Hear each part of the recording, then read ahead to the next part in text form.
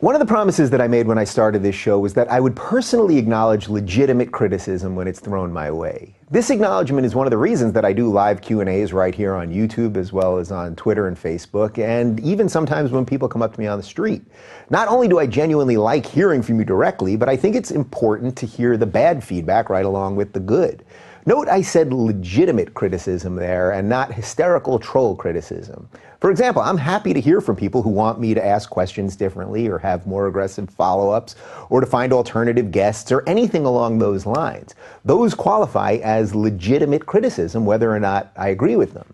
The people who just tell me that I'm a straight white supremacist, neo-Nazi, alt-right racist, well, let's just say that I'm a little less likely to engage with you. The battle of ideas is far more interesting to me than the battle to be first to sarcastically respond to a tweet.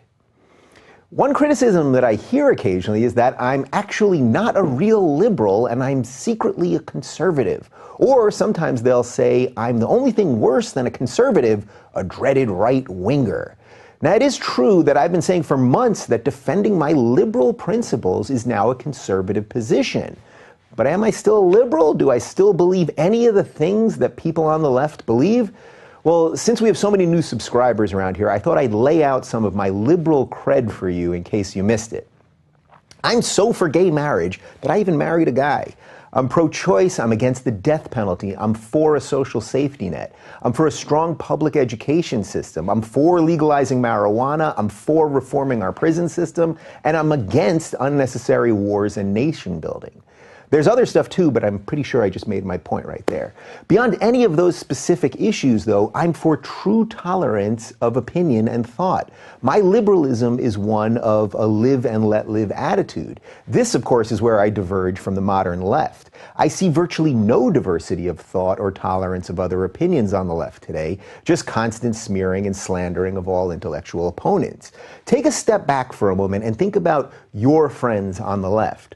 Are they tolerant of people who aren't for gay marriage or of people who are pro-life? These used to be just political differences, and now they are somehow a referendum on what type of person you are and whether you can be in someone's life at all.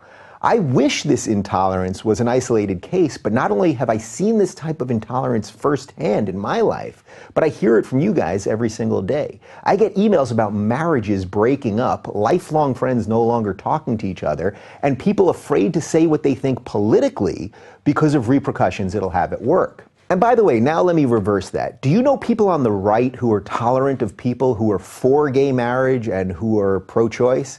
I actually do, plenty of them, including several people who I've had on this show.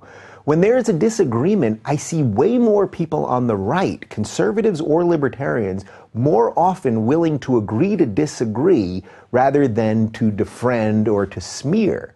Could the right be better? Are there real bigots on the right? Absolutely. And are there real racists on the right? Yes, of course, without question. But by and large, these aren't the voices from the mainstream right anymore. Let's not forget, even Donald Trump got a standing ovation at the Republican National Convention when he talked about protecting LGBTQ rights. Of course, all this said, it doesn't mean that things are all right with the right now. Just in the last few weeks, Tomi Lahren was let go by the Blaze after she came out as being pro-choice, or at the very least giving a conservative explanation for abortion by saying that the government should stay out of a woman's private life. I actually agree with her rationalization here and know that that position upsets a lot of conservatives. The immediate reaction to her comments and her subsequent firing strike me as the same intolerance we're used to seeing from the left these days, not from the right. And for the record, I've invited Tomi on the show, and I've invited Glenn Beck back on the show to discuss what went down between them. I hope that'll happen. I happen to like both of them, and we all of us, have views that are inconsistent with our broader ideologies. We're not robots just yet, we're still human.